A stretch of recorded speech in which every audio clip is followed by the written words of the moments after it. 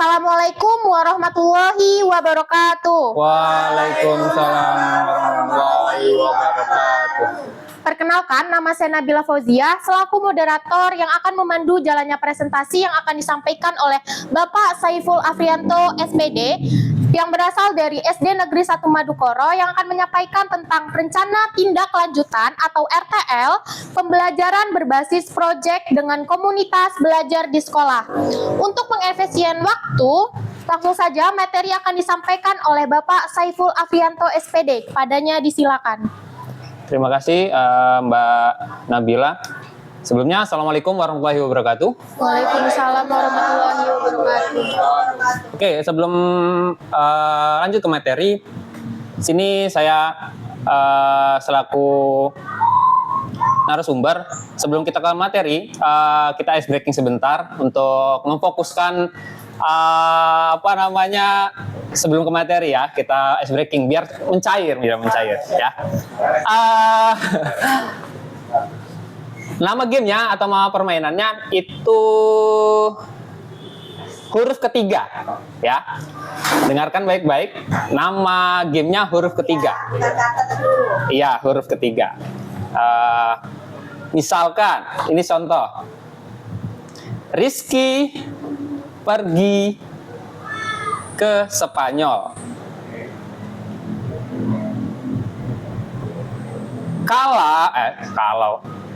Sedangkan Vivi pergi ke, ada yang tahu?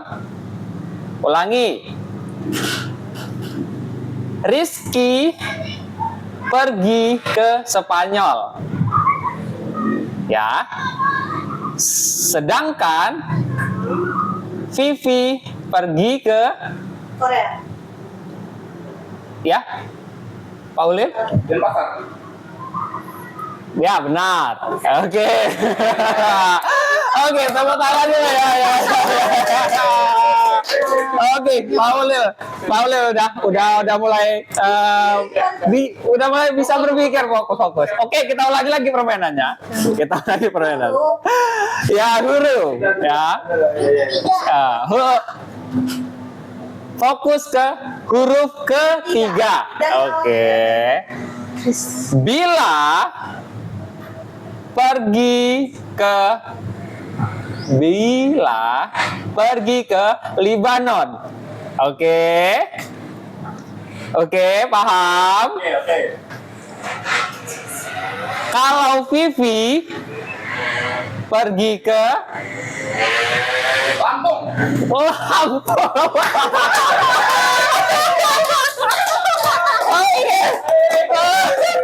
Sekali lagi.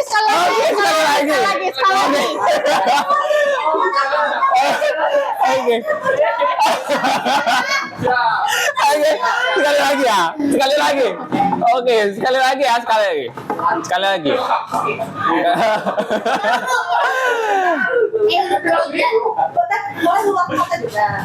Bebas. Mau keluar kota, mau negeri, nggak apa-apa deh. Ya, udah.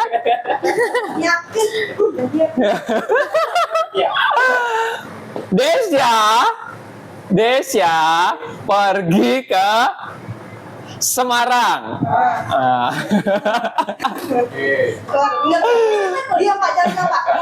Nabila pergi ke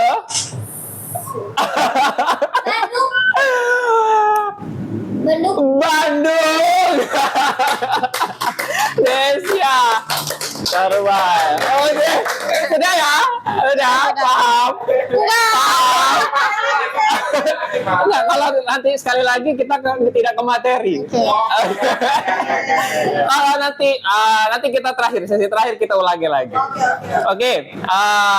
Terima kasih buat teman-teman sudah mau berinteraksi dengan permainan atau ice breaking dari saya. Di sini saya akan menjelaskan atau mempresentasikan dari tugas belajar dari PKG, PJOK dari kelas 2, yaitu rencana tindak lanjut atau RTL pembelajaran berbasis proyek dengan komunitas belajar di sekolah dengan pembelajaran berbasis model pendidikan gerak. Jadi ini ada kolaborasi dengan komunitas belajar di sekolah dan juga yang diambil yaitu model pendidikan kebugaran.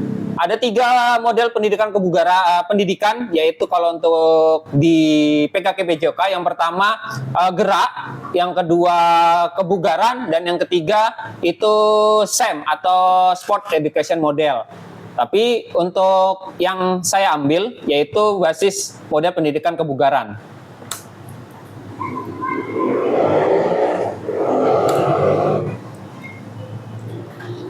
Oke, yang pertama, model pendidikan kebugaran itu salah satu model pendidikan jasmani dan kesehatan yang dapat digunakan dalam kegiatan belajar mengajar. Tujuannya dari model ini adalah untuk mempromosikan kesehatan dan kebugaran fisik peserta didik melalui pengembangan pengetahuan, keterampilan fisik, serta sikap dan perilaku yang sehat. Model pendidikan kebugaran berusaha menciptakan lingkungan pembelajaran yang mendukung dan memperdayakan peserta didik untuk meraih kesehatan fisik, psikologi secara optimal.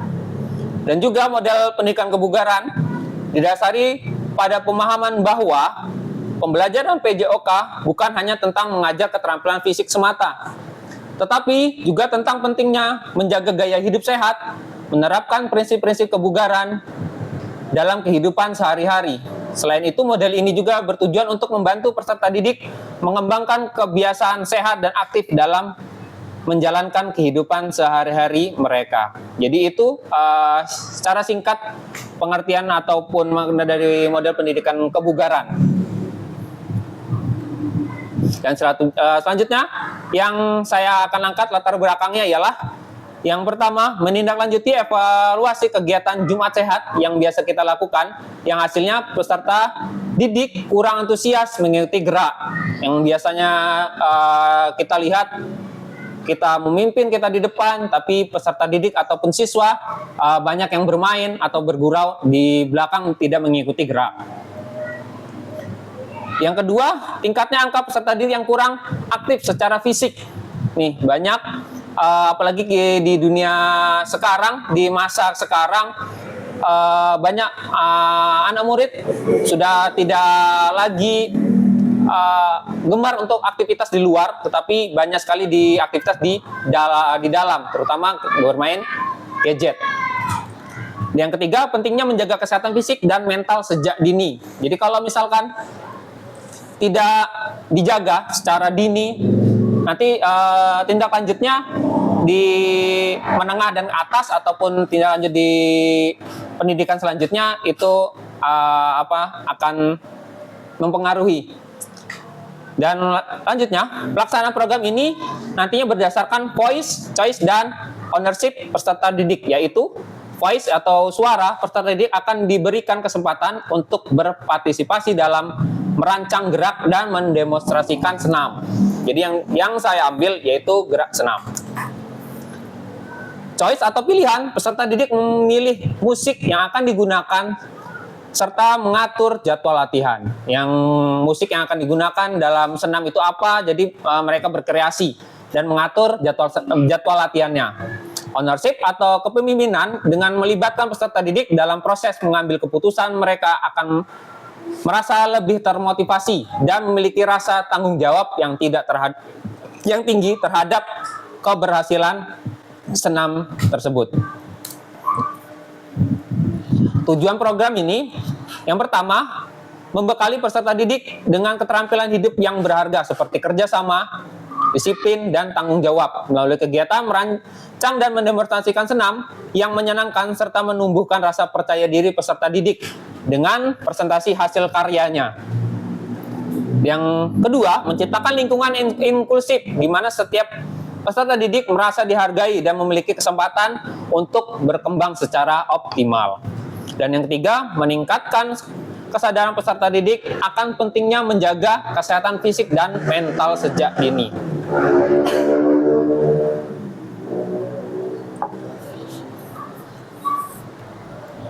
Selanjutnya, capaian dan langkah-langkah dan keberhasilan.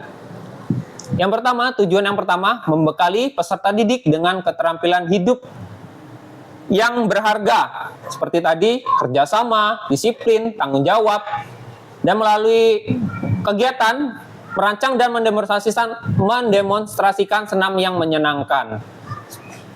Capaiannya, peserta didik mampu bekerja sama dalam tim, disiplin dan tanggung jawab dalam merancang dan melaksanakan kegiatan senam, dan mempunyai rasa percaya diri. Langkah-langkah yang akan dilakukan, yang pertama, membentuk kelompok kecil peserta didik untuk bekerja sama dalam merancang senam dan menetapkan tugas dan tanggung jawab yang jelas bagi setiap anggota kelompok.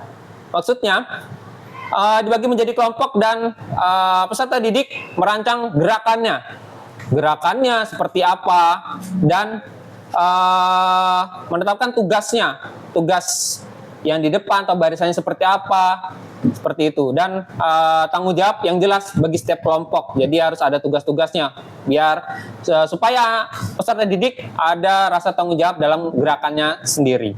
Yang kedua, memberikan pelatihan dasar tentang pentingnya disiplin dan tanggung jawab. Ini sangat dasar, memberikan pelatihan dasar pentingnya disiplin. Banyak peserta didik yang sekarang kalau tidak ditekankan disiplin dan rasa tanggung jawab, itu pasti akan mangkir.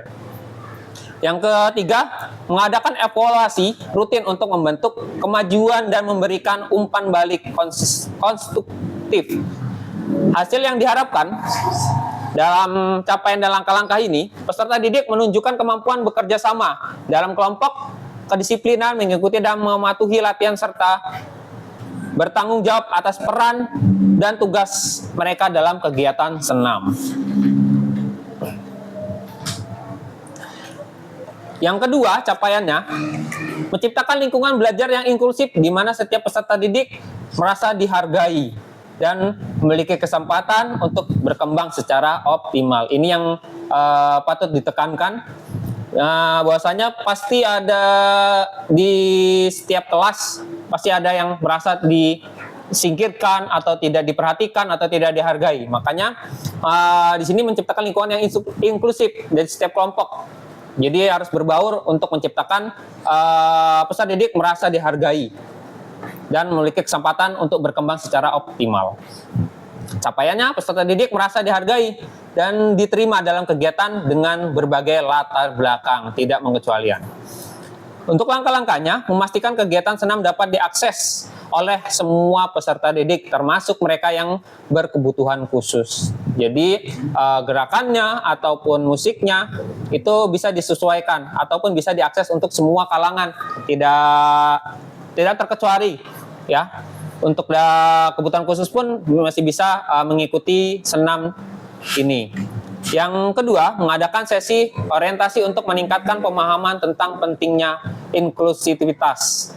Yang ketiga, menciptakan lingkungan yang ramah dan mendukung, di mana setiap peserta didik merasa aman untuk berpartisipasi, tidak ada tekanan apapun. Yang keempat, mengadakan sesi diskusi dan refleksi untuk mendengarkan pendapat dan masukan dari peserta didik.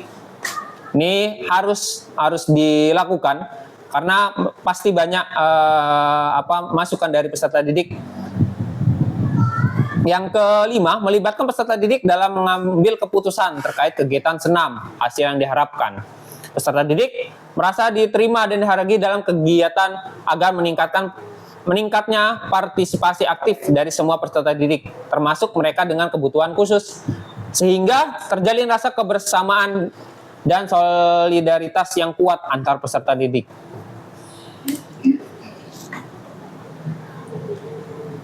Tujuan yang ketiga, meningkatkan kesadaran peserta didik akan pentingnya menjaga kesehatan fisik dan mental sejak dini.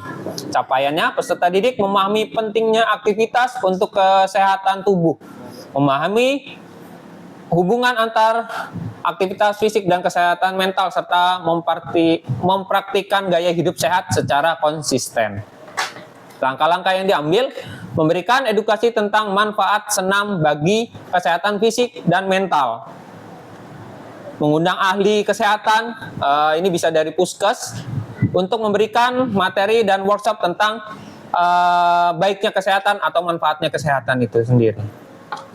Mengintegrasikan konsep kesehatan dalam kurikulum pembelajaran. Dan selanjutnya mengadakan sesi refleksi setelah latihan senam yang sudah dijadwalkan. Setelah itu direfleksikan untuk mendiskusikan manfaat yang dirasakan. Yang selanjutnya menyediakan poster atau pamflet yang mengedukasi gaya hidup sehat. Bisa ditempel di kelas, ya, terutama di kelas, dan di mading ataupun di kaca depan di setiap kelas. Hasilnya, peserta didik memiliki pengetahuan yang baik tentang pentingnya kesehatan fisik dan mental dengan menunjukkan perubahan positif dalam kehidupan sehari-hari. Selanjutnya, struktur program dan mitra dalam komunitas belajar. Yang pertama, program senam ini sebagai kegiatan ekstrakurikuler yang menarik dan berkelanjutan. Kegiatan ini akan memberikan kesempatan bagi peserta didik untuk berolahraga secara teratur dan membangun hubungan sosial yang positif. Targetnya, program ini akan dilaksanakan di kelas 4, 5, dan 6 yang mudah ataupun bisa berkomunikasi dengan baik. Dan selanjutnya dilaksanakan di lapangan yang luas dan ruang kelas jika cuaca di lapangan tidak mendukung. Anggota komunitas yang akan berkolaborasi adalah guru kelas yang pasti, yang akan mendampingi peserta didik di setiap kelas dan membantu pembuatan koreograf senam. Guru PAI yang akan memberikan pemahaman tentang kedisiplinan dan rasa tanggung jawab terhadap apa yang siswa kerjakan. Operator sekolah ini biasanya yang akan membantu di bidang multimedia. Itu kolaborasi dan mitra untuk melaksanakan program ini. Yang selanjutnya, pernyataan yang penting, kapasitas yang dimiliki kelas atau sekolah. Yang pertama, menyediakan lapangan yang luas atau kelas yang cukup luas untuk kegiatan senam. Yang kedua, menyediakan sound system untuk senam. Yang ketiga, adanya dukungan program GSS atau Gerakan Sekolah Sehat. Dan yang terakhir, terdapat peserta didik yang memiliki minat dan bakat. Itu pernyataan tentang kapasitas yang dimiliki kelas atau sekolah.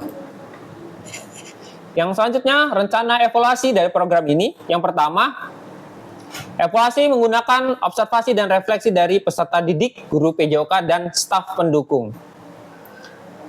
Yang kedua, peserta didik yang mengikuti program senam dipilih secara acak dan latar belakang dipilih untuk mendapatkan perspektif yang beragam. Jadi tidak dipilih-pilih. Dan selanjutnya, guru PJOK yang terlibat langsung dalam program tersebut. Staf pendukung yang membantu adalah pelaksanaan program dipilih berdasarkan keterlibatan langsung dan pengetahuan mereka tentang program, yaitu program komunitas belajar dalam sekolah. Ini kemungkinan tantangannya yang harus dihadapi program ini. Yang pertama, kurangnya partisipasi dan antusias peserta didik. Mungkin karena kurangnya minat dan perasaan malu tentang kurangnya pemahaman tentang manfaat senam. Dan yang kedua, tantangannya kesulitan dalam mengatur waktu dan jadwal yang mungkin berbenturan dengan jadwal pelajaran ataupun ekstrakurikuler. Dan yang ketiga, evaluasi dan pantauan yang kurang efektif, kesulitan memantau program secara berkala. Ada tantangan juga pasti ada solusinya, nak. Ya, dengan memberikan pendekatan terhadap peserta didik tentang manfaat kesehatan fisik dan mental dari senam agar peserta didik paham serta mengerti serta memberikan motivasi kepada peserta didik. Mengintegrasikan program ke dalam pelajaran PJOK sehingga tidak mengganggu jadwal pelajaran peserta didik. Koordinasi dengan pembina ekstrakurikuler yang lain untuk mengatur jadwal. Dan yang ketiga, menempatkan jadwal evaluasi rutin untuk membantu perkembangan dan memberikan umpan balik yang konstruktif serta melakukan perbaikan jika diperlukan. Oke, terima kasih. Mungkin itu saja penjelasan dari saya tentang rencana tindak lanjut RTL. Terima kasih. Assalamualaikum warahmatullahi wabarakatuh. Waalaikumsalam warahmatullahi wabarakatuh. Baik, terima kasih kepada Bapak Saiful Afrianto SPD yang telah memaparkan materinya tentang rencana tindak lanjutan atau RTL pembelajaran berbasis proyek dengan komunitas belajar di sekolah. Kepada teman-teman yang ingin bertanya tentang materi yang telah disampaikan oleh Bapak Saiful, disilakan angkat tangannya, boleh bertanya. Oke. Pak, Oke. Pak, Siap. Ini kan Maaf Pak, silakan perkenalkan nama dulu. saya Ulil Aqsa SPD GR. Oke. Siap. Saya guru kelas 4B. 4B. Ya, saya tadi melihat presentasi Bapak tentang kesehatan, Pak ya. Iya. Ini kan membahas kesehatan, Pak ya. Pertanyaan saya, Pak, apa itu kesehatan, Pak? Cirinya itu seperti apa? Kesehatan. Oke, secara umum ya, untuk kesehatan bisa dilihat dari, kalau untuk anak bisa dilihat dari tingkah laku anak tersebut, sehat itu seperti apa. Dari rumah atau dari berangkatnya seperti apa. Sehat itu dalam arti badannya sehat, tapi pikirannya juga pasti ada yang nggak sehat. Jadi harus berkesinambungan sehat itu, ya. Secara umum kalau untuk kesehatan, sehat tubuh itu bisa dilihat dari anak untuk di kelas. Kalau dia di dalam kelas itu dia bengong ataupun murung ataupun dia diam saja, itu ada dua kemungkinan. Yang pertama, tidak mengerti apa materi yang dijelaskan oleh guru, dan kedua yang pasti sakit. Nah, kalaupun dia pasti sakit, otomatis sudah kelihatan dari mimik wajah ataupun dari bola matanya. Biasanya kalau anak kurang sehat, itu mimik wajahnya pasti akan murung, tidak bergairah dalam pembelajaran, ataupun matanya pasti akan merah. Seperti itu sih. Untuk penjelasan secara umum ya, Pak Ulil. Gimana Pak Ulil? Cukup, Pak. Cukup. Terima kasih Pak Ulil. Ada lagi? Baik, bagi teman-teman yang ingin bertanya lagi Ataupun atau memberikan saran, masukan silakan, boleh. Gak apa-apa. Ya, silakan perkenalkan dulu. Jadi izin bertanya Pak, saya Desya Kusumagirati. Di sini yang ingin saya tanyakan adalah kira-kira Pak, Ya. kapan program ini akan dilaksanakan? Oke. Untuk programnya ini bisa di 3 bulan semester awal. 3 bulan semester awal, karena untuk memperkenalkan senam dan gerak itu manfaatnya seperti apa untuk kesehatan dan mental. Jadi program ini diprogram untuk 3 bulan pertama di semester awal. Jadi pas di 3 bulan akhir itu baru pentasnya atau karyanya ditampilkan setiap kelompok. Itu saja. Untuk rincian kegiatannya per 3 bulan itu tadi sudah di langkah-langkahnya sudah seperti itu. Per bulan pertama itu membentuk kelompok, terus mencari gerakan yang pas, dan untuk musiknya seperti apa, dan 2 bulan selanjutnya itu pemantapan materi dan evaluasi ataupun refleksi, dan yang ketiga bulan ini baru dia sharing untuk evaluasi terhadap pementasan. Mungkin itu saja Bu Desya. Baik, terima kasih atas jawaban yang diberikan. Bagi teman-teman, apakah ada yang ingin ditanyakan lagi atau memberi masukan? Cukup? Cukup. Baik, terima kasih. Itulah tadi presentasi yang disampaikan oleh Bapak Saiful Afrianto SPD tentang rencana tindak lanjutan atau RTL pembelajaran berbasis proyek dengan komunitas belajar di sekolah. Saya akhiri pertemuan hari ini. Mohon maaf apabila ada kesalahan, kepada Allah saya mohon ampun. Saya akhiri, wabillahi taufik wal hidayah. Wassalamualaikum warahmatullahi wabarakatuh. Waalaikumsalam warahmatullahi wabarakatuh.